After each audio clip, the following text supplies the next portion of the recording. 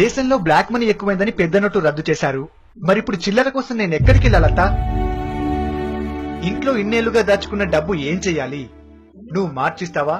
మరి నువ్వు మార్చలేవు, నేను మార్చలేను. కానీ నా వల్ల కావట్లేదే. చిన్నప్పుడు ఆ డబ్బు ఖర్చు పెట్టే పెరిగాను.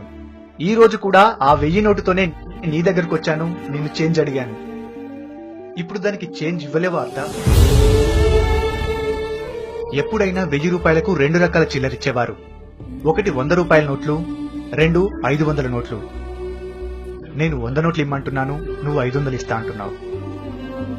ఒక్కసారి 100 రూపాయల నోట్లు ఇచ్చి చూడద్దా? ఒక్కసారి.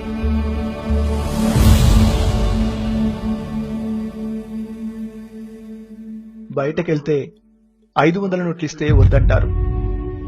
చిల్లర ఎలా తేవాలో అర్థం కాదు. చాలా ఇబ్బందిగా ఉందత్తా. ఎవరిని చిల్లర అడిగినా మా దగ్గర లేదు, దొబ్బే అంటున్నారత్తా, దొబ్బే అంటున్నారు.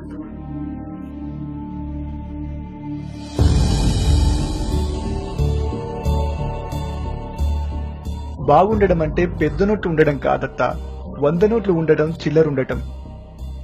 అందుకే మేము ఎన్ని కోట్లు సంపాదించినా చిల్లర లేని లోటు అలాగే ఉండిపోయిందత్తా. అందుకే నీ దగ్గరకు వచ్చేటప్పుడు ఒక 1000 రూపాయల నోటు, ఒక 500 నోటు, మా ఇంట్లో ఉన్న డబ్బులో కొన్ని పెద్ద నోట్లు నువ్వు చేంజ్ ఇస్తావని తెచ్చానత్తా. నువ్వు చేంజ్ ఇస్తావనుకున్నత్తా. నువ్వు చేంజ్ ఇస్తా అని చెప్పు, ఇంట్లున్న 1000, 500 నోట్లన్నీ తెస్తా.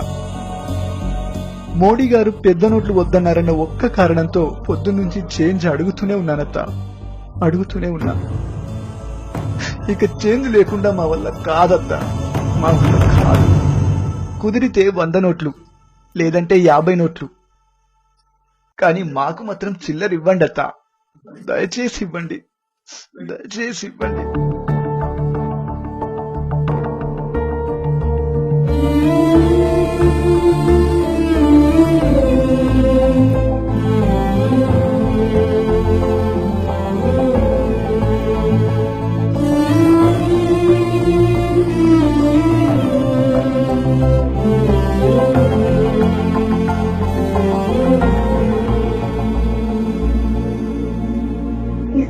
గౌతమ్,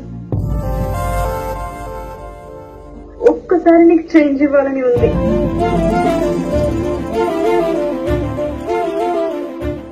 వంద నోట్లే ఇస్తారా?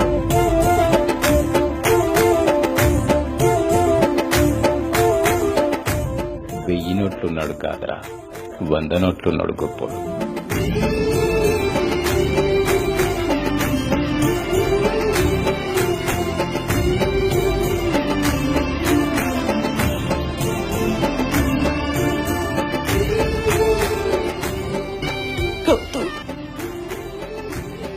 ఇంకా ఆయనకు చేంజ్ లేని లోటు లేదురా, తీరిపోయింది.